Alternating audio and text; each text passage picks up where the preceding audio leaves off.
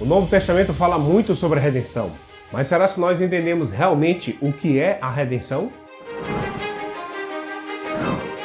Olá, queridos graça e paz, seja bem-vindo ao Ponto de Equilíbrio. Eu sou Léo Murata e nesse vídeo eu quero falar com você sobre redenção. Em Romanos capítulo 3, no versículo 24, o apóstolo Paulo nos diz assim: sendo justificados gratuitamente por sua graça, mediante a redenção que há em Cristo Jesus. Hebreus capítulo 9, no versículo 12, diz que Cristo obteve eterna redenção. O Novo Testamento fala muito sobre redenção, mas o Novo Testamento não explica o que é redenção. Toda a explicação sobre a redenção você vai encontrar no Antigo Testamento. O livro inteiro de Ruth é uma história de redenção.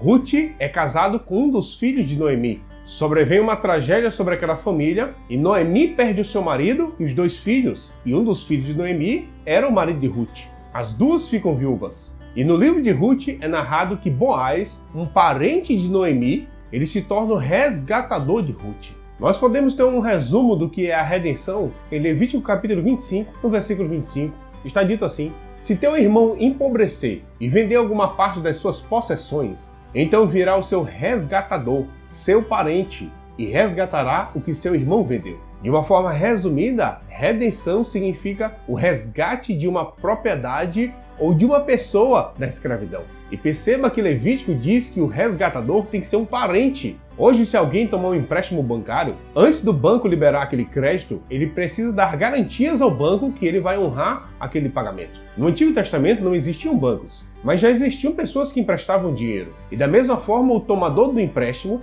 precisava dar garantias ao credor que iria honrar aquele compromisso. Mas muitas vezes algo fugia do controle do tomador de empréstimo e ele não conseguia honrar o compromisso. Em alguns casos extremos, a própria pessoa e até a mesma sua família seriam entregues como escravos ao credor para amortizar aquela dívida. Porque no Antigo Testamento o escravo era como se fosse um bem, uma mercadoria. Era uma forma de diminuir o prejuízo que o credor tinha.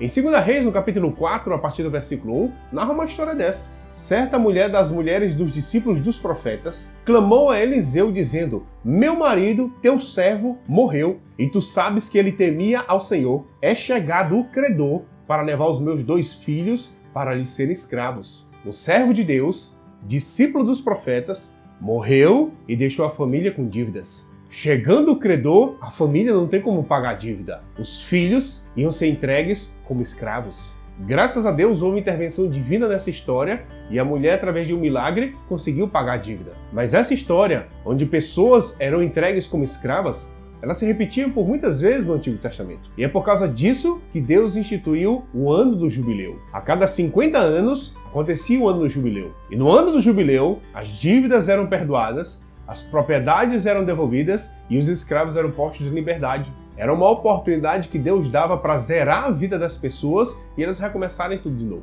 Mas esse ano só acontecia a cada 50 anos.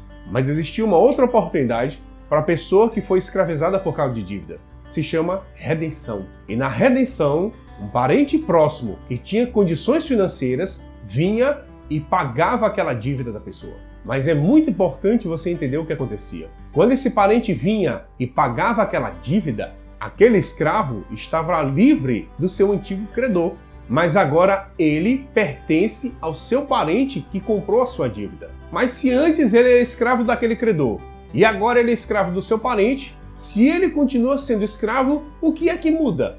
Muda muita coisa. Normalmente, as dívidas que levavam as pessoas a se tornarem escravas eram dívidas muito altas. E com o dinheiro que o parente comprava aquela dívida, facilmente ele poderia comprar vários outros escravos. Mas por que ele investe tanto dinheiro pagando aquela dívida se ele poderia comprar vários outros escravos com aquele mesmo dinheiro? Por causa de amor e compaixão. Movido por amor e compaixão, sabendo que aquele seu parente não tem como se libertar daquela escravidão, ele vai lá e investe tanto dinheiro para comprar sua dívida. Em João capítulo 8, no versículo 34, Jesus diz que todo aquele que comete pecado se torna escravo do pecado. Por que escravo? Porque ele criou uma dívida que ele não pode pagar. E é por isso que ele precisa de um resgatador, de um redentor. 1 Coríntios capítulo 6, no versículo 20, o apóstolo Paulo diz que nós fomos comprados por preço. Em Apocalipse capítulo 5, no versículo 9, João narra o cântico que ele ouve lá no céu, saindo dos lábios dos 24 anciãos. Eles cantam assim: Digno és de tomar o livro e abrir os seus selos, porque foste morto e com teu sangue nos compraste para Deus, os que procedem de toda tribo, língua, povo e nação. Em Romanos capítulo 10, no versículo 9, Paulo diz exatamente como a redenção é efetivada na nossa vida. Ele diz, porque se com a tua boca confessares Jesus como teu Senhor e em teu coração creres que Deus ressuscitou dentre os mortos, serás salvo. Qual é a condição para eu ser salvo? Eu tenho que crer no meu coração que Deus ressuscitou Jesus dentre os mortos e eu tenho que confessar Jesus como meu Senhor. É muito importante você entender o que é esse Senhor. Esse Senhor não é aquele tipo de Senhor que você ouve quando você entra numa loja e a atendente vem e diz boa tarde, Senhor. Não é desse tipo de Senhor que Paulo está falando. Aquela palavra Senhor no grego significa amo, dono, proprietário. Quando a redenção ela é efetivada na minha vida? Quando eu confesso Jesus como meu dono. Dono? É, porque eu quero te lembrar que você foi comprado. E é por isso que Pedro diz em 1 Pedro 2,9 que nós somos propriedades exclusivas de Deus. Propriedade exclusiva quer dizer que só tem um dono. E esse dono não é você. Nos compraste para Deus.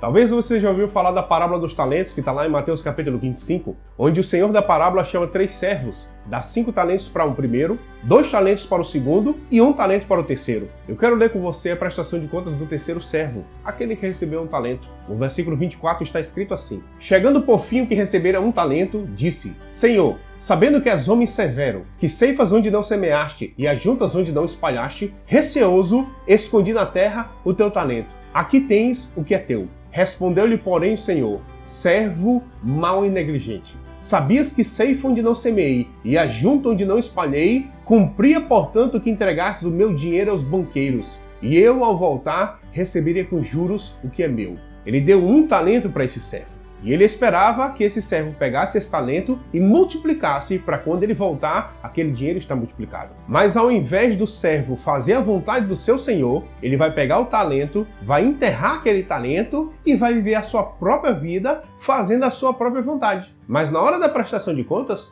o senhor virou para ele e disse: servo mau e negligente. Por que o senhor chamou ele de servo se ele não serviu? Porque servo não é quem serve. Servo é quem foi comprado e tem um dono. É por isso que o Senhor chamou ele de servo mau e negligente. Não serviu, é mau e negligente, mas não deixa de ser servo. Nós não somos servos porque nós servimos. Nós somos servos porque nós somos comprados e nós pertencemos a um dono.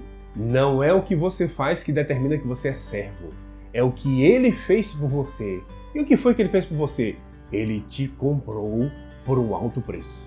Em Mateus capítulo 11, a partir do versículo 28, Jesus anuncia publicamente a sua proposta.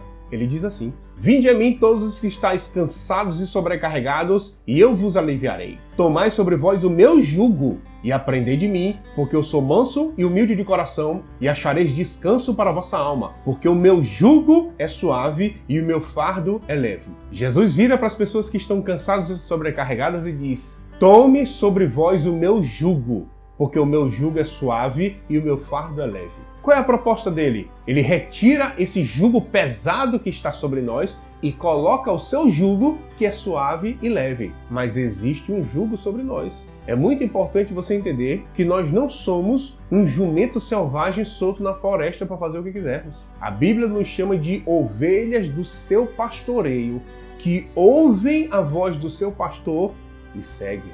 Pessoas estão usando Jesus apenas como uma porta para escapar da condenação eterna e finalmente poder fazer tudo aquilo que ele quer sem medo nenhum da sua eternidade. Será se nós entendemos realmente a proposta que está sendo feita para nós?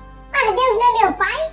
Claro que é. Romanos capítulo 8, no versículo 15, Paulo diz assim: Porque não recebeste o espírito de escravidão para viverdes outra vez atemorizados, mas recebeste o espírito de adoção, baseados no qual clamamos Abba Pai. Deus não nos comprou para nos tratar como escravos. Deus nos comprou para nos tratarmos como filhos. E de fato, João disse que nós somos filhos. Em 1 João, no capítulo 3, no versículo 1, João diz assim: Vede que grande amor nos tem concedido o Pai, a ponto de sermos chamados filhos de Deus. E de fato, somos filhos de Deus. Nós não apenas somos chamados filhos de Deus, Nós somos filhos de fato.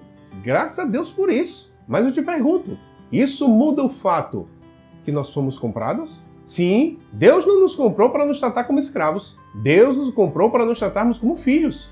Mas isso não muda o fato que nós somos comprados, que nós somos propriedades exclusivas de Deus e que nós temos um dono. E que quando esse dono voltar, haverá prestação de contas. Em Mateus capítulo 26, é narrado o momento onde Jesus está sofrendo angústias no jardim do Getsemane. No versículo 39 diz assim: adiantando-se um pouco, prostrou-se sobre o seu rosto, orando e dizendo: Meu Pai, se possível, passa de mim este cálice. Todavia não seja como eu quero, e sim como tu queres. Como Jesus chamou Deus na oração? Meu Pai. Eu te pergunto, será se Jesus tem alguma dúvida que ele é filho de Deus?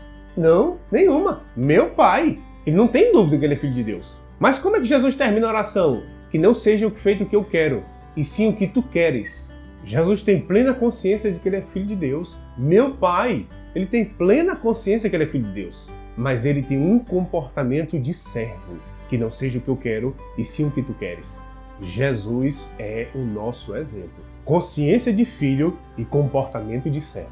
Mas eu sou filho ou eu sou servo? Você não é mais servo do que é filho e você não é mais filho do que é servo. Você é as duas coisas. E nós precisamos aprender a andar no equilíbrio desses dois entendimentos. Esse será o assunto do nosso próximo vídeo. Seja abençoado com a prática dessa palavra, servo de Deus.